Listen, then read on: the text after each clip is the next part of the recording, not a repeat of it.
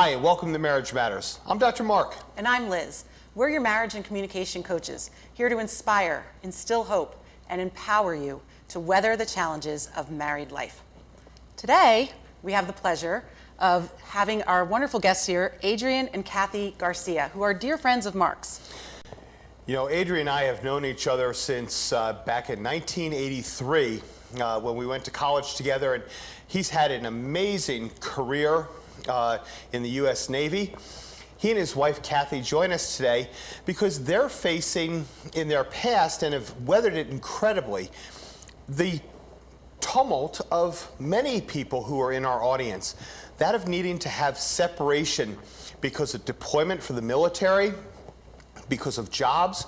There's a lot of reasons this happens. So they've agreed to talk with us today about how they were so successful in actually continuing with a great marriage and moving it forward through these periods of separation. Welcome. Hey, thank you. Thanks for having us. Sure, thanks for being on.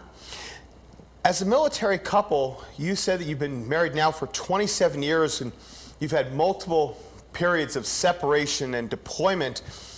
Tell us briefly about your story and what married life was like for the both of you because of Adrian needing to be deployed with our wonderful Navy. Let me just start off. Our story began in the spring of '90. I decided to take a scuba diving class, and Kathy was my instructor. And I was smitten. And, you know, the old storybook, love at first sight type of situation. Anyway, completed the class, and then Kathy and I started dating. That evolved into a 3-year courtship until we were married in July of '93. So during that period of time, we met when I was on active duty with the Navy. And since then, and over the years, I've essentially had a blended military career, active duty and reserve, including multiple recalls and mobilizations. So essentially 6 deployments and 23 years of 2 to 3 week or more reserve duty periods. So we lived a lot of separation. And, so that was challenges, and I'm sure we'll talk further into that. So I'll turn that over to Kathy to talk about her perspective. My perspective is that since I met him when he was in the military, he has no choice about when he gets recalled or when he has to leave town. All I did was I sat here and I supported him on that. I didn't feel, I'm not the type of wife who's going to complain and be upset because he has to leave. He has to leave, he has to do it, and I have to take on and just, keep moving on. I think part of it is that I've lived alone for the previous 10 years, so I had no problem with being alone on my own, kind of a thing. And it just works out. When he comes home, it's almost like he was never even gone, Yeah. Kind of like how it is. So. Hey, I'd like to add another point is life was, when I was in the military, and still is, a process that requires coordination of many moving parts. And the foundation of those moving parts is communication, I think, is the number one thing. Expectation management, support, and above all, patience, because of the challenges and that separation brings to the fore. Well, first of all, I want to thank you so much for your service. And we love what you're telling us. We want the audience to really understand a little bit more about your story. What were some of the real challenges? I mean, we're talking 27 years of marriage with multiple periods of being deployed. How did you work through the communication? Well, back then it was letters. So Good old days. When he was deployed in '91, and when I was doing all this stuff for him, and a bunch of other people in his unit, the wives all got flowers, and I didn't get any. I got kind of disappointed in it, so I sent him a letter, and then 3 weeks later, mine came because there was some kind of a mix-up. So I guess that kind of taught me a lesson. You know, back then people just didn't understand communication. Well, one of the times I came around, I was taking care of his Explorer or Blazer, and all four wheels were off the car, off his vehicle, all four wheels. And he had given me his checks, and he left me one blank check. And I was previously married, so I knew how to deal with this kind of stuff. I just picked up the phone and called his insurance company. And I said, look, I'm just a girlfriend. And long story short, I knew that he wanted it at the dealership, took it to the dealership, wrote out the $200 or whatever check. And when I picked him up 6 weeks from this deployment, his truck was in really good shape with new tires and new rims. Yeah. That's just what I did. I mean, you know, I didn't know any better. You know, what we have always sort of worked with our clients on, and I'm hearing it right here, and kudos to both of you, marriage is not 50-50. Some days it's 80, some days it's 20. So the 80-20, 20-80, 70-30. But really the most successful marriages are two leaders that come together as a team to put 100% each in. And that's clearly what you did, and how instructive to all those people who watch who are having some difficulties, who think that there's just a divide. You come together and you say, we need to do it. I'm 100% in, I'm 100% in. So that's a beautiful story, Kathy. Thank you for sharing that. Well, let me just say this real quick. Part of it was when he left. He told me what I needed to do to be able to contact him if I had to do it. So I didn't go arbitrarily do it. I will have to say I followed his recommendations and contacted the ombudsman and blah, blah, blah, blah. So again, that just comes back to communication. Yeah, and I'd like to add that throughout all of this evaluation and preparing for today, the recurrent theme has always been communication. And that, you know, you have love and trust and all that other stuff, but you can't have it unless you have communication, in my opinion. So, you know, over the 28 years of my career, communication evolved from, you know, snail mail to email to Skype, and now we've evolved into this Zoom thing, which is essentially the same type of process. But there's got to be communication on the front end prior to departure. And I think what Kathy was alluding to is you know, setting somebody up for success, providing the infrastructure to do so, and that preparation leads to a happy return. And reduces the anxiety of the separation, from my perspective. We find that to be so true. Actually, one of our foundation programs we work with people on is called CALM. And it's centering, it's sort of becoming aware of yourself and calm. And then awareness of self and others, limiting judgment, managing expectations, and that awareness of self and of others. One of the things that you told us as we talked to you before was that transitions were difficult, and that immediate period before and after. So if we focus for a moment, Adrian and Kathy, on the transition out and what happened, and how communication and how that being aware of each other sort of played into that. It sounds like that was a very important aspect of being able to maintain communication, but also being able to be aware of what you, Adrian, needed, in a sense, to be prepared for going either into combat or missing your wife for a long period. Sure. When we first started dating, again, I was still on active duty in the Navy, and we did a lot of everything from a full deployment to, you know, week, 2 week, 3 month periods of time out at sea. And we were only dating at the time, and I had entrusted Kathy with essentially my life, with my financial well-being by giving her access. But here's a thing that I failed at, and Kathy was quick to point out.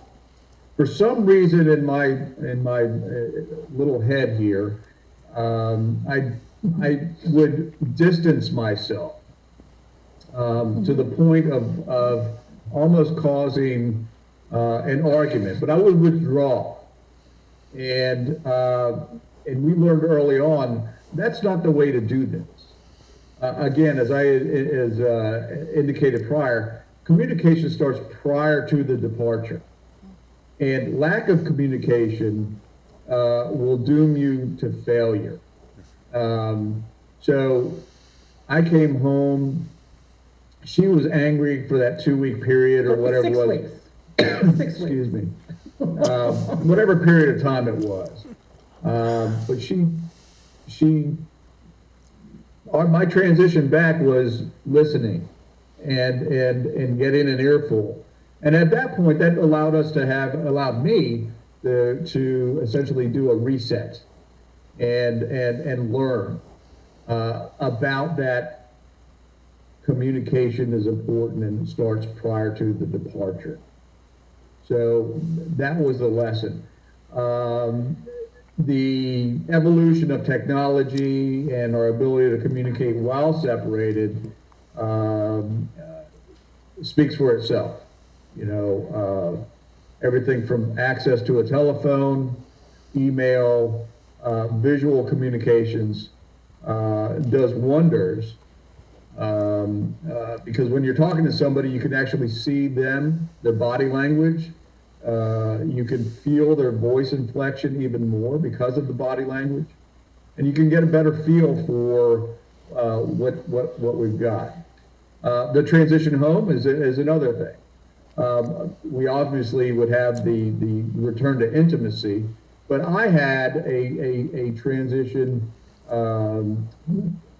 where I had to readjust because it was a new schedule, it was a new routine, it was new surroundings. And I wasn't a sailor underneath his command. Yeah, so, you know, I had to adjust my approach, the way I speak, the way I talk, and so on and so forth. So I had to go through that. So I'm not sure I can articulate Kathy's transitions.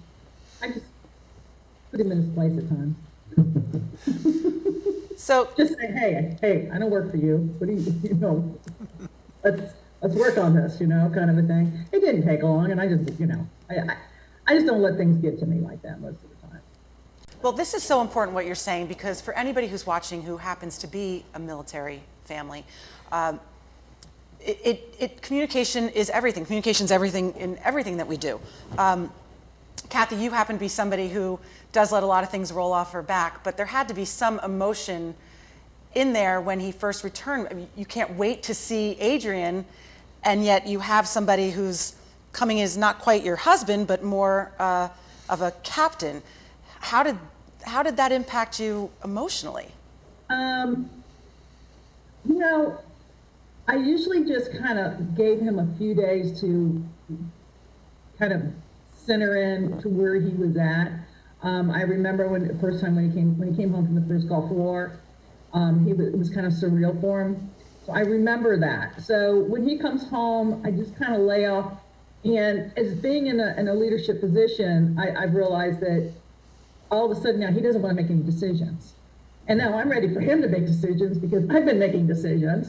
And it took me a few times to kind of figure this out. So I just kind of let him, like when you get up in the morning, neither one of us are morning people, leave him alone. It's a decompression period. Leave him alone. Of course. So what we're going to do... He'll come around, it'll settle in. So we're going to be back in a couple minutes with Adrian and Kathy Garcia to talk more about how to deal with separation, keep a marriage strong, how to communicate well, and really nurture that bond. We'll be back after a couple of moments of commercials. Welcome back to Marriage Matters. We're spending time with two incredible people, Adrian and Kathy Garcia. Adrian was a captain in the U.S. Navy when he retired, and an extraordinary leader. And Kathy is a leader of, again, just amazing levels and has a realty corporation. And we're talking with them about the periods of separation that needed to happen with Adrian serving our country in the U.S. Navy. So welcome back, Adrian and Kathy. Thank you. We were talking a little bit as we left about transitions, and A man or woman who goes into the service knows that there's always a possibility they could be called into harm's way. And part of the transition out had to be, as a military leader, the concern for your troops, your vessel you were in charge of, and obviously for yourself and for your wife. And Kathy, there had to be some concern even when you were first dating a military man about some of those things potentially happening. As those became a reality, how did you folks approach that, and how was the communication to help to be able to let each other know your feelings about what was going on? Well, as I indicated earlier, I used to withdraw when I first departed, and then when I would come back, I got recalibrated on how to transition on the outbound piece, on the departure piece. For example, one of the biggest challenges I had in my career, early in my career, is when we deployed for the first Gulf War, for Desert Storm. So I was not necessarily withdrawing. I was trying to mentally prepare myself for what was to come, and what the possibilities were. Being an officer, being a leader, certainly not going through what the people on the ground went through. Being on a ship out at sea is certainly a lot different, but still we have our dangers and so on and so forth. So trying to mentally prepare myself how I would handle some sort of catastrophic event, the ship being hit, some sort of other issue, having to lead the junior sailors. And then further on in my career, later in my career, certainly a lot of increased responsibility with overseas deployments, responsibility for the welfare of sailors and so on through the years. Not necessarily in such a higher level of danger, but still there was an aspect of having to grasp the scope of all of that. So what we learned was I needed to communicate that thought process to Kathy so she would understand why I was distracted or focused on other things. He would go into these times of just being real quiet or whatever, and I didn't do the old, what are you thinking about kind of thing, is just kind of let him sit there and go over it and just kind of support him in the sense that I tried not to give him any issues or things that needed to be resolved, especially once we were married. There were things that I needed to take care of. I didn't need to let him know, okay, the water heater went out today. Depending on where we were at in a certain situation and all that kind of stuff. So I would just I'm attuned to his moods, and I would just kind of give him the space that he needed, and if he needed to talk, he knew I was there to talk, and if he didn't really want to talk, I was just close to him, so he knew that I'm here to support him, kind of thing. Yeah, absolutely. So one of the things that we talk about as coaches is meeting people where they are, and that's exactly what you were doing. And it's a great message to put out there for anybody who's in this situation, whether they're military or they're not, or they're just with a partner that travels all the time. Obviously, your position had a few more things related to it, but being able to have the strength, honestly, I'm going to focus on you for a second, Kathy, to be able to meet Adrian where he was, because you knew that he needed that time to transition out or that time to transition back in.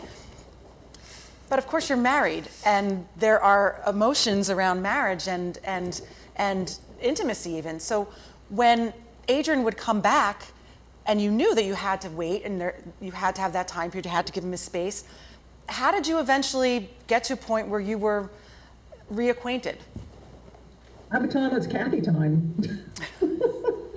It's just that, hey, this is you got to put that aside. It's time. Let's focus on where we're at. And it was not necessarily, so to speak, words being said. It was just the reactions that I had or the actions that I would take to bring him out of that, and try to remind him that, hey, I'm here all the time now, and this is what we're going to do, and we're going to, life goes on. I mean, I still have to work, so I had times in situation where I had to go to work and get things done because other people were relying on me. But I think part of the reason it may have worked with me is because I've been in sales my whole life. I've had tons of sales training, and I think some of it is instinctive on how to deal with people and how to deal with different types of people and different types of situations that I don't even know always if I can articulate how I did it. I just did it. I really and truly can say that I think that, and it just dawned on me as we're sitting here, that I think that my sales training, in a sense of working with different personalities and all of that, has also helped me on that. There's a reflexive aspect to the transition. Aside from the normal decompression, expectation, and so on and so forth, when you work as a team, a marriage is a team process. So as the marriage grows and so on, you learn to work in concert. And that's the reflexive properties or aspects that I'm referring to. So, that was 28 years in the making. So, early on, you stumble and stumble and stumble, but then you develop a routine, a process to facilitate that transition.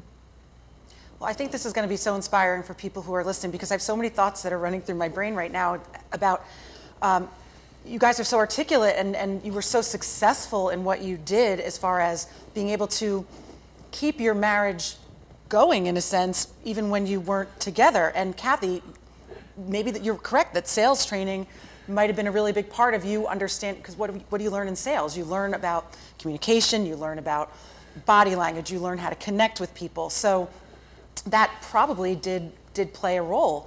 But for those that are, again, listening to your story and seeing the success you had, I would think that maybe one of the questions would be just, how do you keep a marriage moving forward and in a growing direction, in forward momentum, when you have so much time apart? Wow. You know what I think it boils down to? Do you love and respect your spouse? Yeah. Do you respect the job that they're doing?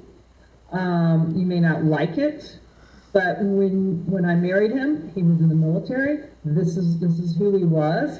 This is the way the life is, and I either have to accept it or I need to move on to somebody else if I can't accept that lifestyle. So it's because I respected him and what he was doing. And I'm a very strong American in the sense that we need people like him and the folks that are in the service today to continue doing what they're doing. But I have nothing but ultimate respect for them to being able to handle it. I honestly do think that it would be different if we had children. Yeah. We made a choice early on not to have children. That's a whole other story for a whole other day. But what I would offer is to build this thing over the years was all about expectation management, vision for the future, career aspirations, coordination, and a synthesis between both of our individual lives to become one. And I tried to make his life easy when he was gone for reserves on the weekend. Here he has worked 5 days straight, gone for 2 days doing work. If I didn't go with him, he comes home, he's tired, he has 5 more days that he has to work with his regular job. And that first Saturday he has off. I'm not on him about go mow the lawn, go do this, do this, do this. Let's relax. You need to, kind of, again, that comes to the support, but I'm also giving him acknowledgement of what he's doing for us, for our retirement. I want to step back again, just reflect for a minute, because it's so important. Sometimes, no matter how you understand yourselves, we don't always look in the mirror. You have both been incredibly successful in your relationship. and it's clear you know that, but the ability to nurture and to deepen and to grow a relationship is something that takes, as you said, Adrian, vision. It takes an awareness of yourself and your spouse. It takes that managing of expectations. It takes the requirement that you put that 100% into each other, and not, well, this is mine, this is yours. Not a daily task, but how do we get through this? And it's truly wonderful to see an absolutely extraordinary couple that has been on such an epic journey in building this relationship that you have and serving our nation, serving the people of the globe, and also serving the people in your community. And it's really been wonderful. So as we come to the finish of the show, I'd like to ask if you have any parting thought that you'd like to leave with people. And if, Kathy, if you're interested, a chance that you can give a shout out to anyone who's interested in finding you, if they're looking for a home down in Jacksonville. Sure. I own a small boutique, the Beaches Realty Group. You can Google me. Last name is spelled Karr-Garcia. The Beaches Realty Group at 904-249-2299. No, I appreciate that. The work of advice that I have to both a married couple is when the husband's gone and the wife is doing stuff, when the husband comes home, he shouldn't demand that he gets her attention all the time. Give her the space that she needs while you were gone, and doing the things that she was doing and spending the time with her girlfriends, so they can maintain those relationships, on that. I would offer, if I was to give advice to any couple, young or older, that's starting out, is, again, the foundation, the constant recurrent theme is communication. Understand what and how this life can and will be, and how it will affect your marriage. And that's affect with an A. There's also affect with an E that comes into play. Be honest.